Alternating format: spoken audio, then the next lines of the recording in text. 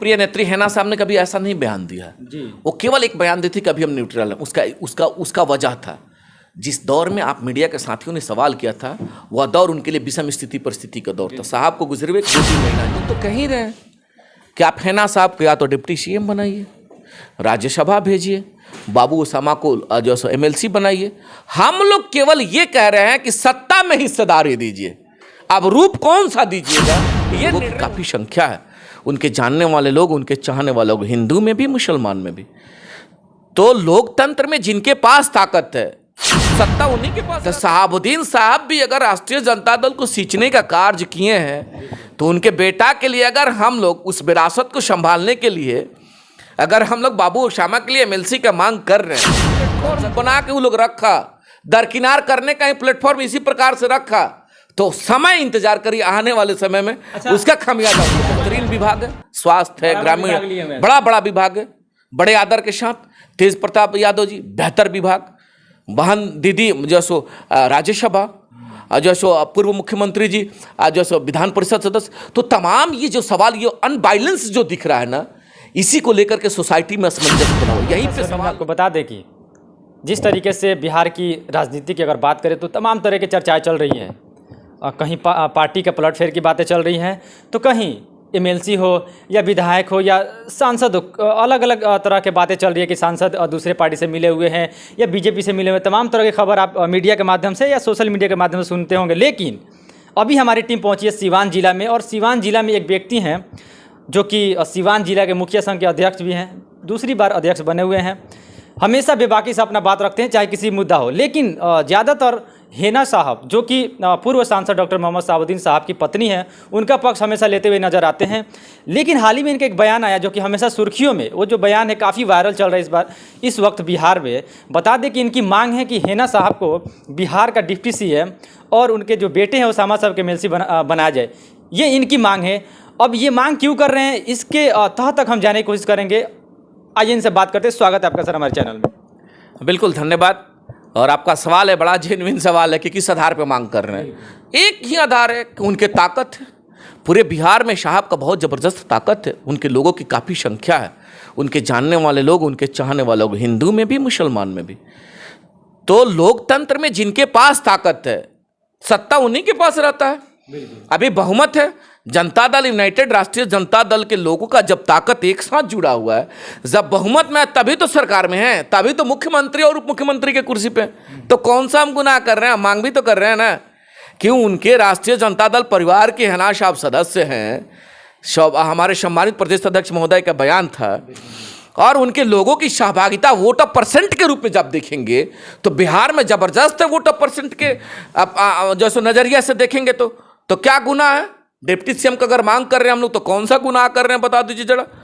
राजनीतिक विरासत की बात जब करेंगे तो आदरणीय लालू जी ने अपने पुत्र तेजस्वी यादव जी को विरासत तो दिया ही दिया है ना, वो तो बिहार के सियासत में है ही।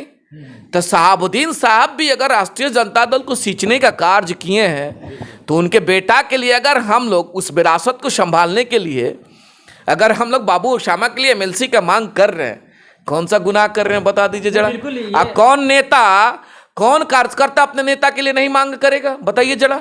उसी में हम लोग कार्यकर्ता है, अपने नेता के लिए मांग कर रहे हैं।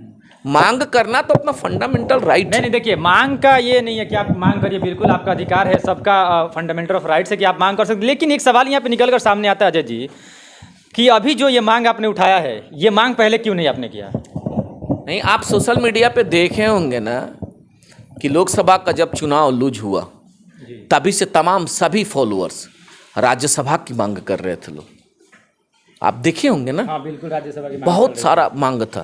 तो हम लोग तो कह ही रहे हैं कि आप हैना साहब को या तो डिप्टी CM बनाइए, राज्यसभा भेजिए, बाबू ओसामा को जो सो MLC बनाइए। हम लोग केवल ये कह रहे हैं कि सत्ता में हिस्सेदारी दीजिए, अब रूप कौन सा दीजिएगा ये निर्णय उनको करना है। मांग तो हम करेंगे ही करेंगे, मांग करना अधिकार है, तो हम मांग कर रहे हैं। अब आप कौन सा निर्णय दीजिएगा ये तो शीर्ष में बैठे हुए लोगों के हाथ में है ना। हम तो अगर उप मुख्यमंत्री के लिए मांग कर रहे हैं तो हम तो राज्यसभा के लिए भी मांग कर रहे हैं, हम तो बाबू ओसामा के लिए MLC का मांग कर रहे हैं। तो कोई पाप और कोई गुनाह तो नहीं है। और कोई भी कार्यकर्ता अपने नेता के लिए मांग करता है। बिल्कुल, एक सवाल यहाँ पर आएगा कि अगर डॉक्टर मोहम्मद सहाबुद्दीन साहब की बात करें तो नेशनल लेवल के पॉलिटिशियन रह चुके हैं और नेशनल लेवल की पॉलिटिक्स वो किए हुए हैं। खासकर अगर बिहार की बात करें तो बिहार के कोने कोने से लोग उनको जानते हैं, लेकिन जब से उनकी जो एक विषम परिस्थिति में जब से उनका देहांत हुआ, ऐसा लोगों का कहना है, तब से लेकर राजद परिवार के बीच या राजद पार्टी के बीच एक असमंजस का माहौल बना हुआ है। और खासकर हिना साहब जो उनकी पत्नी रही, हमेशा उनको दरकिनार करने का यानी साइड में रखने का काम कर रही है राजद, और अभी तक की है। तो इसको किस रूप में देखते हैं? क्या लगता है कि जो मांगे यही बात तो हम लोग कह रहे हैं ना कि आप जिस प्रकार सवाल कर रहे हैं, ये आपका सवाल नहीं है, ये बिहार और सिवान के आवाम का सवाल है कि हिना साहब को राष्ट्रीय जनता दल दरकिनार करके चल रही है। ये आप नहीं कह रहे हैं, और यही सवाल हम लोगों से भी लोग करते हैं कि भाई आप लोग इतना कह रहे हैं कि राष्ट्रीय जनता दल में ये मजबूती है, वो मजबूती है, लेकिन राष्ट्रीय जनता दल तो दरकिनार करके चलती है।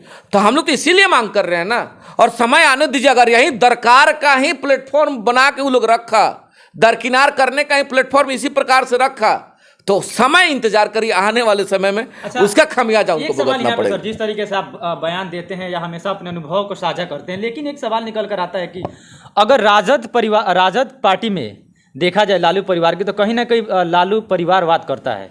क्योंकि आप देख सकते हैं अभी जो वर्तमान के जो डिप्टी सीएम है, 4 पद पे पदस्थापित हैं, और उनके खुद जो भाई हैं वो भी मंत्री बने हुए हैं।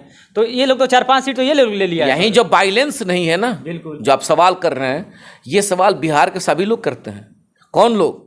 अब ऐसा ही सवाल साहब के चाहने वाले लोग करते हैं कि देख लीजिए ना, डिप्टी सीएम के रूप में तेजस्वी यादव जी, 3 विभाग, बेहतरीन विभाग है, स्वास्थ्य है, ग्रामीण, बड़ा विभाग है, बड़े आदर के साथ।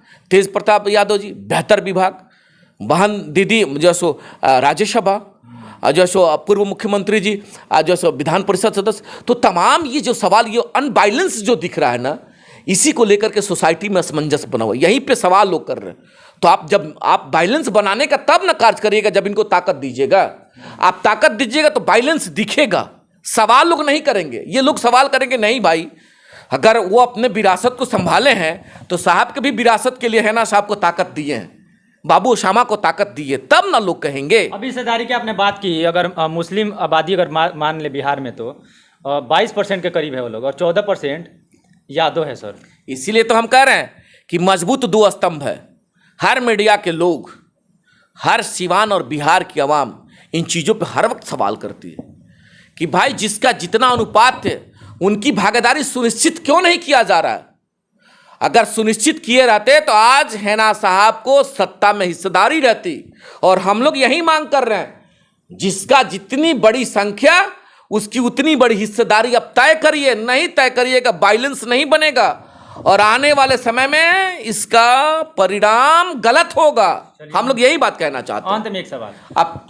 अंत में एक सवाल रहेगा जय जी कि हिना साहब की अगर बात करें तो कभी भी वो मीडिया में आकर या कभी भी पब्लिकली आकर अपने आप को बयान नहीं दी है कि हम न्यूट्रल हैं या किसी पार्टी में हैं, या खिलाफत भी नहीं किया कभी राजद का। खुद जो उनके करीबी लोग हैं वही लोग आकर मीडिया में आए दिन बयान देते हैं सर, तो इसको क्या माना जाए? लोकप्रिय नेत्री हिना साहब ने कभी ऐसा नहीं बयान दिया जी। वो केवल एक बयान दी थी कि अभी हम न्यूट्रल हैं।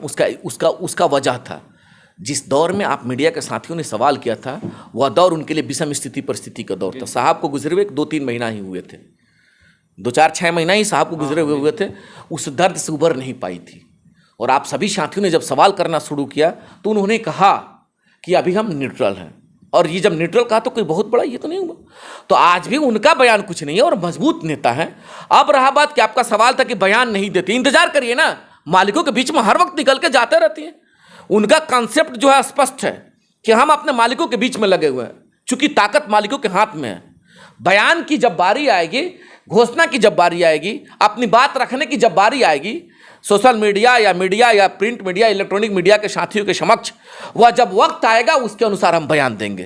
तो इंतजार करिए, अभी मालिकों के बीच में लगी हुई हैं, तो मालिकों के सुख में दुख में अभी समय है भैया, 2 साल निकल गया, अभी समय है, थोड़ा सब्र करिए और सब कुछ स्पष्ट हो जाएगा। निश्चित दूध का दूध और पानी का पानी हो जाएगा। चलिए, बहुत बहुत धन्यवाद। तो जैसे कि आपने देखा, ये थे अजय भास्कर चौहान जी, हमेशा बेबाकी से अपने तर्क रखते हैं, और किसी भी मुद्दे पर, खासकर हिना साहब के मुद्दे की अगर बात करें तो हमेशा से उनका पक्ष लेते हुए नजर आते हैं। जिससे इनका एक बयान काफ़ी सुर्खियों में रहा है, एमएलसी बनाने को लेकर ओसामा साहब को और मैडम को डिप्टी सीएम को लेकर। उसी पे हमने बात किया कि आखिर किस रूपरेखा से ये इनका कहना है। तो इन्होंने अपना बताया कि आबादी के हिसाब से हिस्सेदारी इनको भी चाहिए। तमाम में से खबर आप